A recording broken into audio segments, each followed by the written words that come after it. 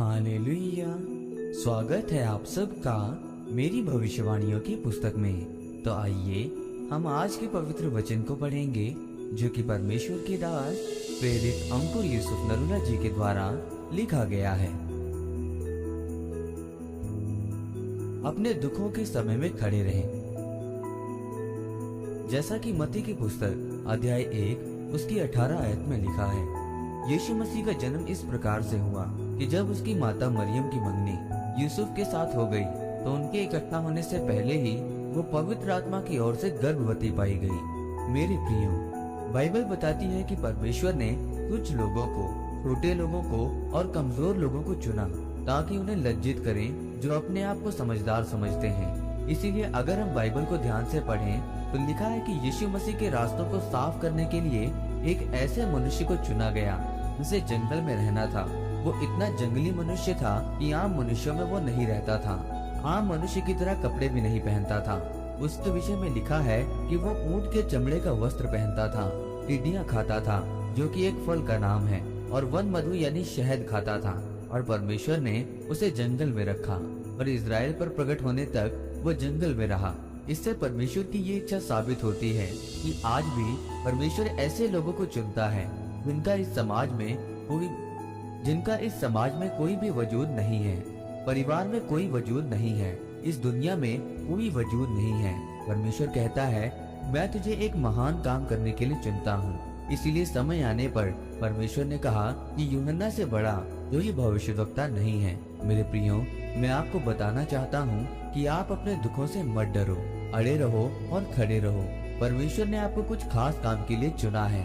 मेरे प्रियो, बाइबल बताती है कि मरियम और यूसुफ के इकट्ठे होने से पहले ही मरियम पवित्र आत्मा से गर्भवती पाई गई। अगर मरियम लोगों को कहती कि मुझे परमेश्वर के पवित्र आत्मा ने गर्भवती किया, लोग उसकी बात का बिल्कुल भी विश्वास नहीं करते, बल्कि उस पर व्यभिचार का दोष लगाकर उस पर पथराव किया जाता।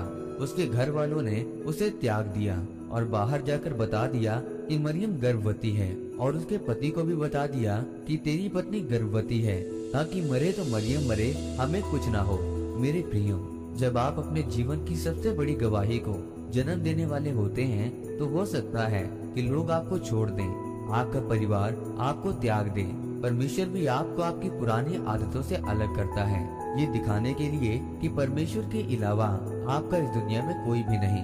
आपकी आत्मनिर्भरता और दूसरों पर निर्भरता खत्म करने के लिए, ताकि आप दूसरों पर निर्भर ना हो, बल्कि ये विश्वास रखें कि यीशु मसीह मेरा परमेश्वर है।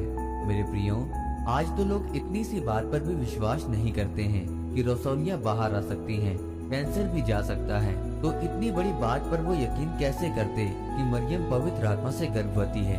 मेरे प्रियो, आज लोग अपने जीवन में यीशु मसीह को जन्म देना चाहते हैं, लेकिन तनाव में रहना नहीं चाहते। मरियम को देखें तो उसका पति भी उसे त्याग देना चाहता था, पर वो धर्मी मनुष्य था, इतना धर्मी था कि उसको बदनाम नहीं करना चाहता था। मेरे प्रियो, अपने आप को मरियम की जगह पर रखकर देखें, और जब यीशु मसीह आपके गर्भ में पैदा होने वाला हो तो क्या आप उस चिंता को सहन करने के लिए तैयार हैं? आज लोग जब मसीह में आते हैं तो परिवार खिलाफ हो जाते हैं, तो क्या आप विरोध में भी यीशु मसीह को छोड़ तो नहीं देंगे? क्या आप फैसला करेंगे उसको पैदा करने का, और जब वो पैदा हो जाएगा तो उम्र भर जय जयकार होगी, जीवन भर लोग मरियम को धन्य कहते रहे। आप भी ऐसे ही हैं, आपको भी धन्य कहा जाएगा। आप मरियम की तरह चुने गए हैं। अगर आप अड़े और खड़े रहे तो आप भी बड़ी गवाही के साथ आएंगे। आखिर में खुशी की हंसी आप हंसेंगे। आमीन। आइए इस प्रार्थना को आप मेरे साथ एक मन होकर करें। सर्वशक्तिमान परमेश्वर, इस वचन के लिए मैं आपका धन्यवाद करता हूँ। परमेश्वर, मैं ये प्रार्थना करता हूँ कि मैं अपने जीवन में आपके साथ चल सकूं और आपके वचनों में बना रहूं, ताकि मैं अगले स्तर तक पहुंचने पाऊं।